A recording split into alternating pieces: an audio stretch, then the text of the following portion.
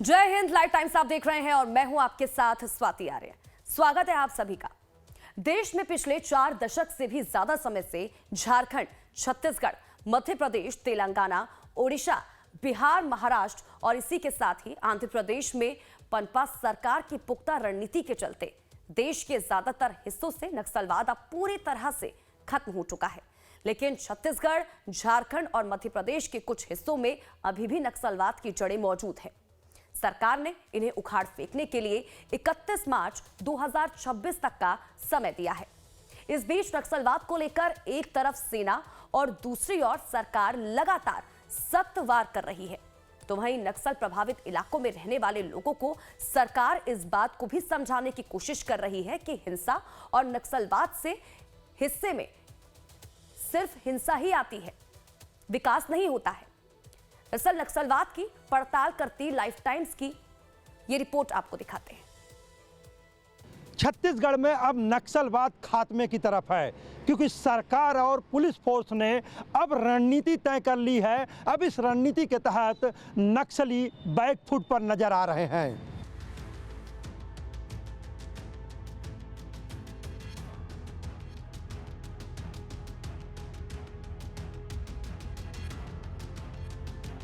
पिछले 1 साल में 287 नक्सली मारे गए।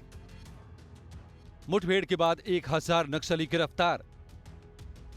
837 नक्सलियों ने किया आत्मसमर्पण। 4 दशक में नक्सली हिंसा कम हुई। जी हां, छत्तीसगढ़ में नक्सलवाद खात्मे की ओर है। लगातार सरकार, पुलिस बल और सुरक्षा बल नक्सलियों की कमर तोड़ने का काम कर रहे हैं।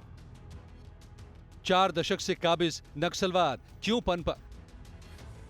कैसे होगा खात्मा? छत्तीसगढ़ के बस्तर में पिछले 4 दशकों से नक्सलवाद अपनी जड़ें जमाए हुए हैं। बस्तर से जितना नक्सलवाद को खत्म करने की कोशिश की जा रही है, उतना ही नक्सलवाद फैलता जा रहा है। हालांकि कई इलाके ऐसे हैं जहां से नक्सलियों ने अपने गाड़े हुए तंबू उखाड़ लिए या फिर कहें कि सुरक्षा बलों ने उखाड़ दिए। छत्तीसगढ़ की नई सरकार ने अगले कुछ सालों में बस्तर से नक्सलवाद को खत्म करने का बीड़ा उठाया है। एक तरफ सुरक्षा बलों को फ्री हैंड दिया गया है, तो दूसरी तरफ सरकार नक्सलियों से बात करने के साथ ही सुझाव भी मांग रही है। वहीं बस्तर को लेकर एक्सपर्ट का मानना है, अब नए समय में नक्सली नक्सलवाद का रास्ता छोड़कर मुख्य धारा में शामिल हो रहे हैं। अंग्रेजी में कहावत होती है, empty mind is a devils workshop. और मैं समझता हूँ नक्सलाइट्स जो हैं, जिनके जीवन में और कुछ नहीं था, जो कि आर्थिक तौर पर पिछड़े हुए थे, सामाजिक तौर पर पिछड़े हुए थे, टेक्नोलॉजी के मामले में पिछड़े हुए थे, जैसे जैसे नक्सल प्रभावित क्षेत्रों में इंटरनेट पहुंचा है, टेलीविजन पहुंचा है और भी मीडिया के अन्य संसाधन पहुंचे हैं, उन्होंने जब बाहर की दुनिया को देखा कि दुनिया कहां की कहां पहुंच चुकी है और हम कहां पिछड़ गए हैं, तो उनके दिमाग में भी यह विचार आता है कि हम भी आर्थिक रूप से ऐसे ही प्रगति करें, हम भी पढ़ाई लिखाई करें, हम भी कोई कैरियर बनाएं, हम भी कोई किसी संस्था के साथ जुड़े, ना कि केवल और केवल नक्सलिज्म का सोचते रहें। तो मुझे लगता है इन सब चीजों का आर्थिक प्रभाव नक्सलाइट्स की थिंकिंग पर पड़ा है। पिछले कुछ सालों में नक्सलबारी एरियाज में बहुत बड़े पैमाने पर सुधार हुआ है। इस सुधार के मुख्य कारण है कि हमारे सिक्योरिटी फोर्सेस और सरकार ने मिशन मोड में इंटीग्रेटेड तौर पे कार्रवाई की है।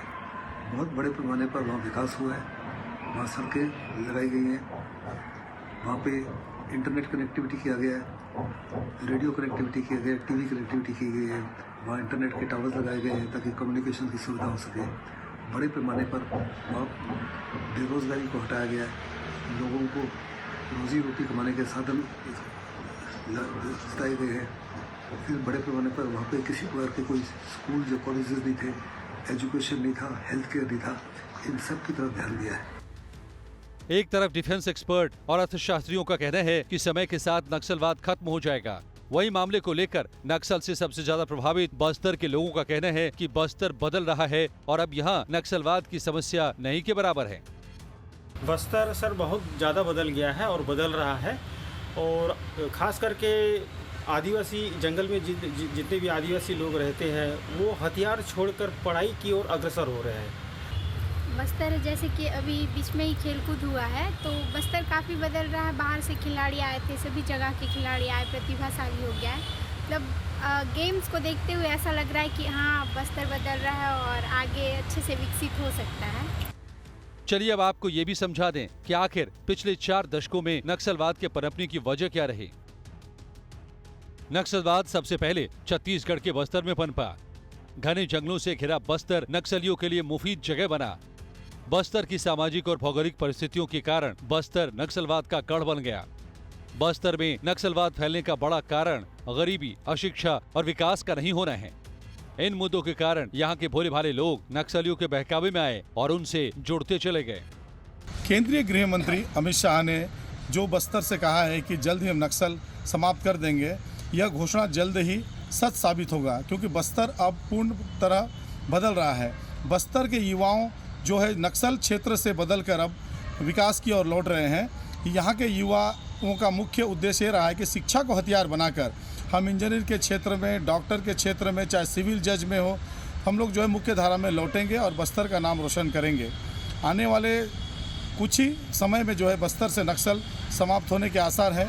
नक्सलवाद खात्मे की तरफ है और उसको ख़त्म होना भी चाहिए, क्योंकि पिछले 4 दशक में वो हमारे एक महत्वपूर्ण भूभाग में बैठे हुए थे। तिरुपति से और काठमांडू तक का जो उनका कॉरिडोर का सपना था वो कई जगहों से ध्वस्त हो चुका है।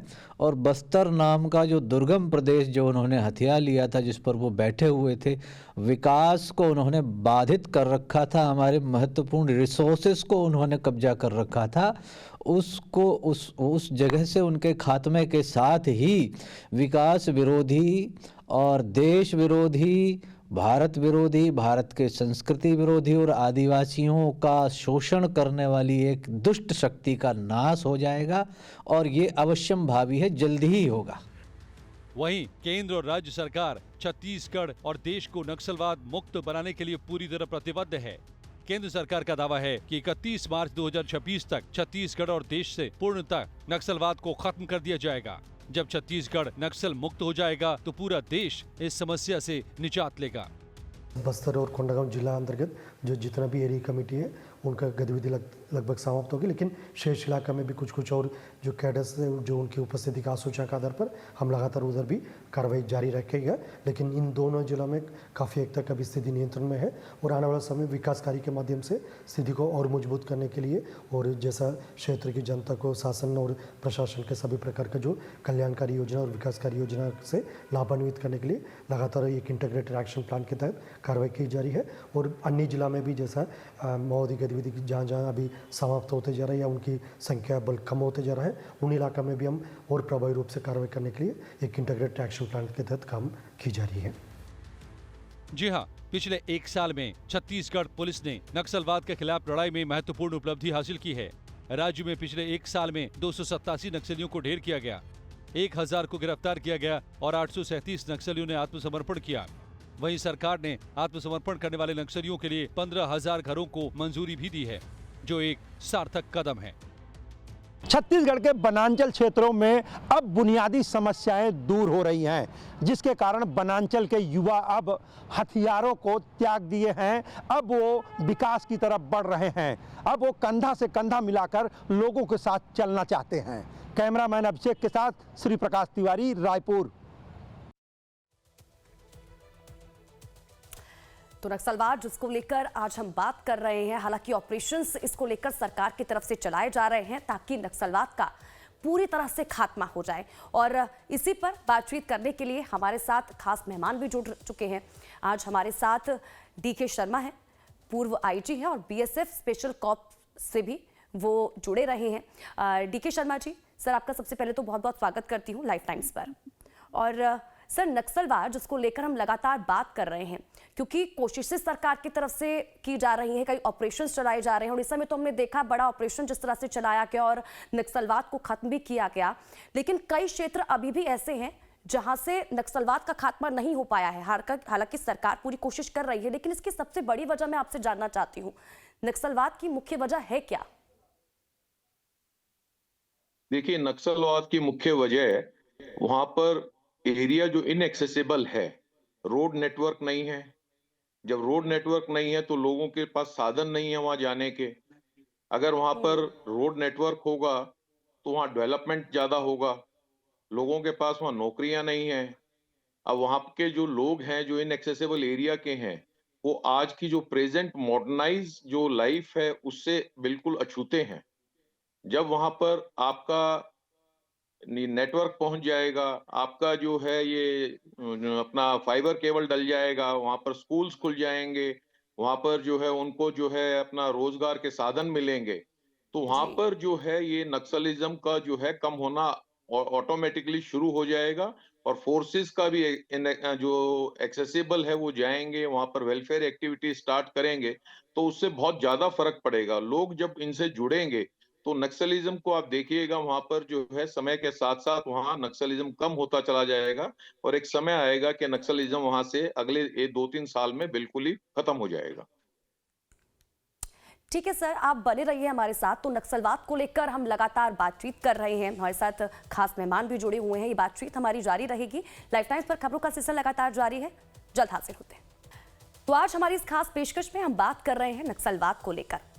तो वहीं बात अगर छत्तीसगढ़ की करें तो छत्तीसगढ़ में कैसे नक्सलवाद पर लगाम लगा और कैसे सरकार ने इस पर काबू पाया, ये बता रही हैं डॉक्टर वर्णिता शर्मा। जब भी हम बात करते हैं माओवादी प्रभावित क्षेत्रों की और वहाँ पे माओवाद के ख़त्म होने की, तो 3 सा का बहुत महत्वपूर्ण रोल होता है। एक होता है सुरक्षा, दूसरा होता है संपर्क और तीसरा होता है संचार, और इन सबसे ऊपर जो श आता है वो है शिक्षा। तो जब इन क्षेत्रों में इन चारों स की युति होगी तभी वहाँ पे नक्सलवाद का उन्मूलन संभव हो पाएगा। और ये जो नवीनतम सरकार है, इसने जहाँ एक तरफ मोर्चे पे अपना उपयुक्त काम किया है, तो वहीं मन पे भी कार्य करने की योजना बनाई है। मन पे कार्य करने की योजना तब सफल होगी जब हम 2 ब्लैक डॉट वहाँ पे पहुँचा पाएंगे। एक तरफ सड़कें तो दूसरी तरफ शिक्षा, जो ब्लैक बोर्ड के माध्यम से पहुंचेगी, तभी ये संभव हो पाएगा। तो झारखंड नक्सलवाद का पुराना गढ़ माना जाता है, लेकिन पिछले कुछ सालों से इनके खिलाफ लगातार कार्रवाई की जा रही है। अब कोल्हान से नक्सलियों को खत्म करने की अंतिम लड़ाई की शुरुआत कर दी गई है और इस लड़ाई में सीआरपीएफ के साथ झारखंड जैगुआर की टीम की भूमिका बड़ी होने वाली है। पुलिस मुखिया ने यह दावा किया है कि झारखंड से नक्सलियों का नामो निशान मिटा दिया जाएगा। ऑपरेशन सारंडा के तहत खुद डीजीपी अनुराग गुप्ता ने इसकी जानकारी दी है। मैंने बोला कि जगुआर पूरा फोकस करेगी सिर्फ चाईबासा पे। जगुआर की कोई भी टीम राज्य के किसी अन्य क्षेत्र में नहीं जाएगी। तो जगुआर के डीआईजी भी हमारे साथ में थे, इनके पास करीब 34 यूनिट्स हैं। मैंने बोला सभी को लगाइए आप चाईबासा में और एक अंतिम लड़ाई को निर्णायक रूप में लड़ करके खत्म किया जाए।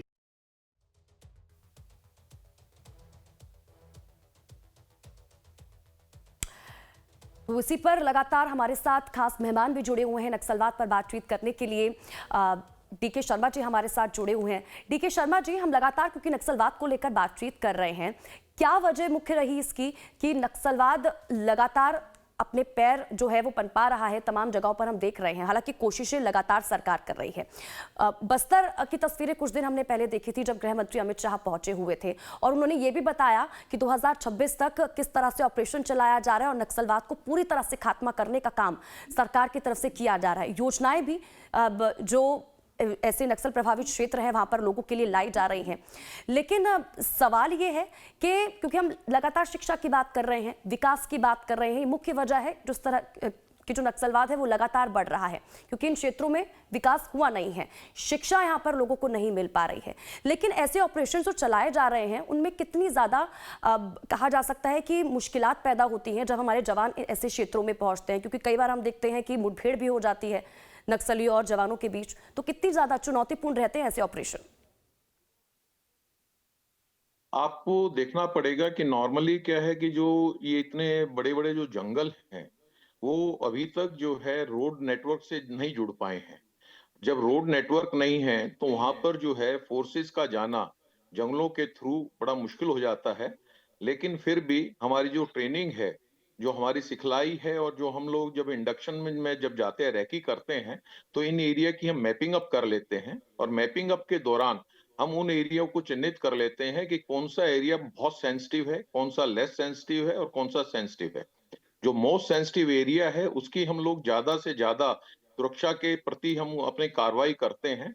और जब कार्रवाई करते हैं तो इन क्षेत्रों में आने वाले जितने भी जो गांव हैं, उन गांव से जब हम होके गुजरते हैं, तो उन गांव के लोगों के साथ हम लोग उनके लिए कोई ना कोई मेडिकल की चीजें लेके जाते हैं। उनका जो अपने साथ में डॉक्टर ले जाते हैं, उन डॉक्टरों को और जो हमारे नर्सिंग असिस्टेंट हैं, वो वहां पर जाके उन लोगों से जब मिलते हैं, किसी को बीमारी है, कुछ है, तो उनको जो है हम दवाई देते हैं और साथ-साथ में उनका अगर वहाँ नेटवर्क है तो मोबाइल नंबर भी ले लेते हैं और वो हमसे जुड़े रहते हैं। जब फोर्सेस वहाँ जाती है, तो उस एरिया की जो है रेगुलर जो है वो अपना मैपिंग अप करते हैं और आजकल जो है हम ट्रैकिंग के माध्यम से भी मॉनिटर करते रहते हैं कि हमारी फोर्सेस प्रॉपरली वहाँ जाके डोमिनेट कर रही है या नहीं कर रही है। अभी अगर पुराने समय को देखें, तो पुराने समय में और अब के समय में बहुत फर्क आ गया है। अगर आप देखेंगे तो अभी जो नक्सल रिलेटेड एक्टिविटीज है, वो डे बाय डे कम होती जा रही है। इसके साधन सिर्फ सुरक्षा और सिक्योरिटी फोर्सेस के काम ही नहीं है, साथ में जो स्टेट और जो सेंटर की जो एक प्रॉपर कोऑर्डिनेशन के साथ वहां पर जो डेवलपमेंट एक्टिविटी चल रही है और जो वहां के जो लोग हैं उनको शिक्षा के माध्यम से जोड़ा जा रहा है, रोड नेटवर्क के माध्यम से जोड़ा जा रहा है, उनको वहां पर रोजगार के साधन उपलब्ध कराए जा रहे हैं। तो आने वाले समय में जो हमारे माननीय मुख्यमंत्री जी हैं, उन्होंने इस चीज को असेस किया है कि अगले 2 साल के अंदर आने वाले समय में नक्सलिज्म देश से समाप्त हो जाएगा। ये एक प्रॉपर विजन है और एक प्रॉपर कोऑर्डिनेशन है जो स्टेट और सेंटर का एक जो समन्वय है, उसके नतीजा है कि आने वाले 26 तक एंड तक नक्सलिज्म पूरा छत्तीसगढ़ से और दूसरे एरिया से खत्म हो जाएगा। अगर आप देखें पहले नक्सलिज्म तकरीबन 15 स्टेट्स में फैला हुआ था और जो अब रेस्ट्रिक्ट होके अभी 3 स्टेट के अंदर ही रह गया है। लेकिन आने वाले जिसमें सबसे ज्यादा जो नक्सलिज्म की एक्टिविटी है अभी अगर छत्तीसगढ़ में हो रही हैं, अगर आप डे बाय डे देखेंगे तो वो अभी बहुत रिड्यूस हो रही हैं और सिक्योरिटी फोर्सेस को काफी सफलता मिल रही है और उसकी सफलता के पीछे जो वहाँ के जो लोकल लोग हैं, उनका ही इंफॉर्मेशन है जिसकी वजह से हमारे सिक्योरिटी फोर्सेस आज वो एक सफलता उनको जो मिल रही है। जी सर, अमित शाह की तरफ से, क्योंकि हम लगातार बात कर रहे हैं, क्योंकि इससे पहले हमने अमित शाह को भी सुना था, 2026 तक जिस तरह से नक्सलवाद को खत्म करने की बात की गई, अब जो ऑपरेशंस वहां पर चलाए जा रहे हैं, क्योंकि कई योजनाएं हैं जिनका जिक्र अमित शाह करते हुए नजर आए थे और ये भी कहा गया कि जो नक्सली लोग हैं वो इन योजनाओं से जुड़े, क्योंकि उनकी बेहतरी के लिए योजनाएं लाई जा रही हैं ताकि सफाया हो जाए नक्सलवाद का। अब जो ऑपरेशंस चलाए जा रहे हैं वो किस तरह से आगे बढ़ेंगे? देखिए नॉर्मली क्या है कि जब हम साथ के साथ एक कोऑर्डिनेशन के साथ में हम चलते हैं कि सिक्योरिटी फोर्सेस अपना काम कर रही हैं, जो डिस्ट्रिक्ट अथॉरिटीज हैं, स्टेट अथॉरिटीज हैं, वो डेवलपमेंट की तरफ ज्यादा ध्यान दे रही हैं, शिक्षा की तरफ ज्यादा ध्यान दे रही हैं और जो वहां पर जो यूथ है वहां का जो जिसको रोजगार चाहिए, जब उसको प्रॉपर एक रोजगार मिल जाएगा तो वो वहां पर नक्सलिज्म की तरफ नहीं जाएगा। और ये एक बहुत बड़ा जो है एक सेंटर का और स्टेट गवर्नमेंट का एक बहुत अच्छी एक अचीवमेंट है कि दोनों जितने भी अभी जैसे उड़ीसा स्टेट है, छत्तीसगढ़ है और तेलंगाना है, तो ये प्रॉपर एक कोऑर्डिनेशन और एक उसके तहत चल रहे हैं और आने वाले समय में जो प्रॉपर कोऑर्डिनेशन सेंटर और स्टेट का इस तरह से जो रहेगा, उससे नक्सलिज्म के ऊपर बहुत बड़ा प्रहार रहेगा और जो लोकल लोग हैं जब उनको रोजगार के साधन मिल जाएंगे। देखिए एक आप मान के चलिए एक जो नॉर्मल इंसान है या एक नॉर्मल ह्यूमन बीइंग है, कोई भी गलत काम की तरफ नहीं जाना चाहता है जब तक कि उसे कोई रोजगार के साधन नहीं मिले। तब लोगों के जो वहाँ के जो लोगों के बच्चों को स्कूल मिलेगा, उनको रोड नेटवर्क मिलेगा, उनको जो है प्रॉपर मोबाइल नेटवर्क मिलेगा और वो जो है देश के दूसरे हिस्सों से जुड़ेंगे, तो आप मान के चलिए कि वहां पर जो है नक्सलिज्म आने वाले समय में बिल्कुल खत्म हो जाएगा। जबकि पहले जो स्टेट अथॉरिटीज थी उनका प्रॉपर कोऑर्डिनेशन नहीं था सेंटर के साथ में। तो ये एक बहुत बड़ा एक अचीवमेंट है हमारा कि सेंटर और स्टेट एक प्रॉपर कोऑर्डिनेशन के साथ में आगे बढ़ रही हैं। ठीक है सर, DK शर्मा जी हमारे साथ जुड़े हुए हैं, लगातार नक्सलवाद को लेकर बातचीत कर रहे हैं। सर आपका बहुत बहुत शुक्रिया हमारे साथ जुड़ने के लिए, तमाम बातचीत के लिए। और वहीं देश के गृह मंत्री अमित शाह ने पिछले दिनों छत्तीसगढ़ में नक्सल प्रभावित क्षेत्रों का दौरा किया और इस बीच अमित शाह ने ग्रामीण लोगों से अपील करते हुए कहा कि नक्सलवाद नहीं बल्कि विकासवाद का समर्थन कीजिए। इसके साथ ही अमित शाह ने छत्तीसगढ़ के दूर दराज के नक्सल प्रभावित गांवों के लोगों से नक्सलियों के प्रभाव में नहीं आने की बात कही। इसके साथ ही ग्रामीणों को समझाते हुए ये भी कहा कि शिक्षा रोजगार ही विकास की राह है। शाह ने यहां ग्रामीण क्षेत्रों में विकास की बात भी कही। जो बच्चा नहीं आता है उसको स्कूल रोज भेजने के लिए उसके माँ बाप को समझाए। तो यहाँ जितने भी माताएं बैठी है, महतारी बैठी है, आप लोगों ने हर बच्चे को स्कूल भेजना शुरू करना पड़ेगा, वरना वो बच्चा भी अपने जीवन में कुछ नहीं कर पाएगा। उसको नौकरी तभी मिलेगी, वो धंधा तभी कर पाएगा, वो सुखी तभी होगा जब वो पढ़ेगा। और इसी के साथ ही हमारी इस खास पेशकश में फिलहाल इतना ही। लाइव टाइम्स पर खबरों का सिलसिला लगातार जारी है, बन रही हमारे साथ।